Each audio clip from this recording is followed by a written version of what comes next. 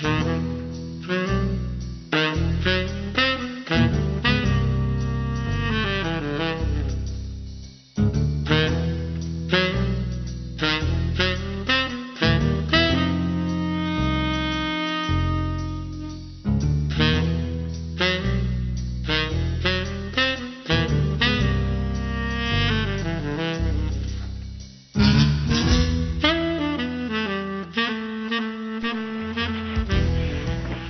morning, Agent Monday. It's March 11th, and,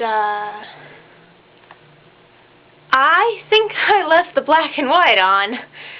One sec, I can fix this.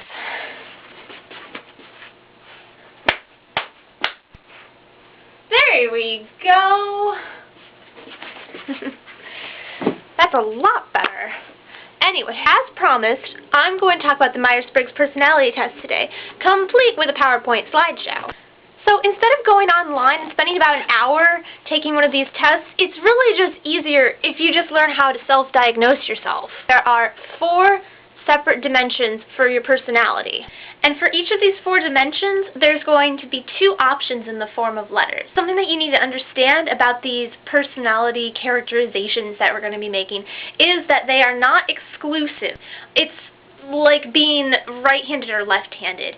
You can be right-handed and use your right hand the most, but that does not mean that you cannot use your left hand for things. It just means that you are right hand dominant. So the first of these dimensions is going to be either I or E. And these stand for introvert or extrovert. Introverts are going to be people who get their energy from being by themselves, and extroverts are going to be people who get their energy by being around other people. I personally am an introvert, even though I can be quite happy when I'm being extroverted. So that means that I am an I. So that brings us to the second dimension, which has the 2 possible letters of S or N. The N stands for intuitive, because we already had an I with the introvert, we have to have an N for intuitive. This is probably the hardest out of all of the letter categories to explain. I had it explained to me as it has to do with whether you think more concretely or abstractly, and whether you think more detailed or more general. So if you are shown a picture of an apple, are you more likely to say, oh, it's an apple, and it can be used for baking pies, and it grows on trees in the fall, and they smell amazing? Or are you more likely to say, it's an apple that is round, and it's red, and it is got a leaf on it?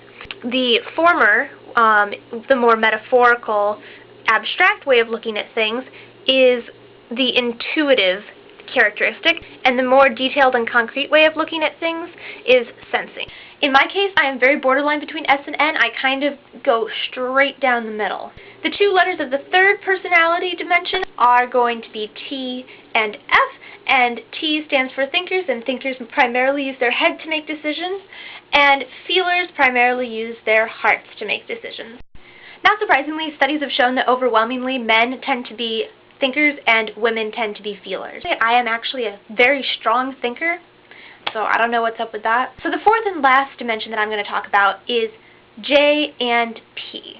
And J stands for judgers and P stands for perceivers. And this is where I come out the strongest because I am a very, very strong J. So if you're a judger like me, that means that you're going to think about things very analytically. It means that you're going to tend to be very organized, very neat usually, very sensitive to time. For example, I wear my watch all the time.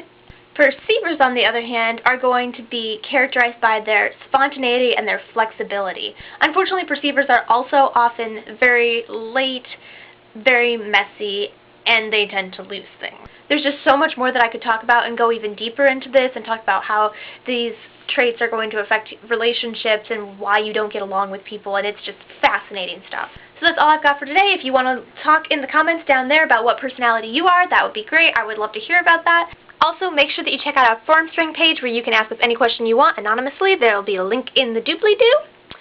Thanks for watching. Yes, I know my clothes are different. That's what I get for filming over 2 days. I will see you all next week. Thursday out.